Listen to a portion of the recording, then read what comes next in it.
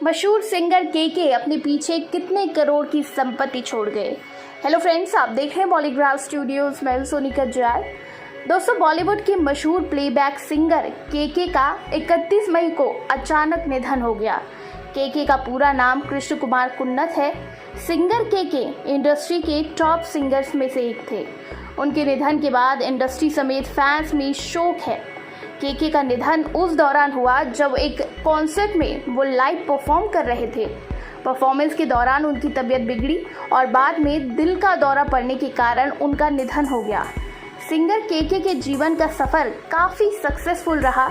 के ने कई सारी फिल्मों में हिट गाने दिए। उनके गाने लोगों की जुबान और दिलों के करीब थे।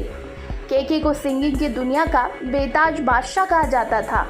हालांकि उन्होंने कभी गाना सीखा नहीं, लेकिन बिना गायकी सीखे आज के करोड़ों की संपत्ति के मालिक बन चुके थे।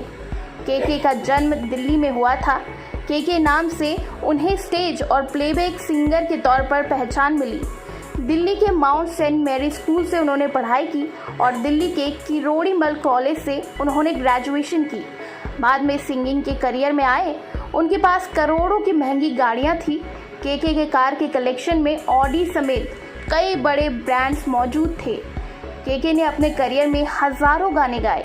अपनी आवाज़ के दम पर के एक बहुत लग्जरी लाइफ जिया करते थे। के वैसे तो दिल्ली के रहने वाले थे, लेकिन मुंबई में उनका आलीशान घर था जिसमें वो अपनी पत्नी और 2 बच्चों के साथ रहते थे। के घर का इंटीरियर बहुत खूबसूरत और लग्जरियस था। के इंडस्ट्री के सबसे महंगे सिंगर्स में से एक थे। एक गाने के लिए के 5 से 6 लाख रुपए चार्ज करते थे। के कॉन्सर्ट में परफॉर्म करने की भी मोटी रकम चार्ज करते थे। एक लाइव कॉन्सर्ट के दौरान वो कम से कम 10 से 15 लाख चार्ज करते थे। के अचानक से निधन के बाद हर कोई सन्न रह गया। के निधन के बाद वो अपने पीछे करोड़ों की संपत्ति छोड़ गए। के की कुल नेटवर्थ की बात करें तो $1.5 मिलियन थी और के 11 करोड़ से ज़्यादा संपत्ति के मालिक थे। आज भले के हमारे बीच नहीं है, लेकिन उनके गाने हमेशा हमें उनकी याद दिलाएंगे। आप भी नीचे कमेंट सेक्शन में श्रद्धांजलि अर्पित करें और इसी तरह के दूसरे अपडेट्स के लिए सब्सक्राइब करिएगा हमारे चैनल बॉलीग्राफ स्टूडियोज़ को।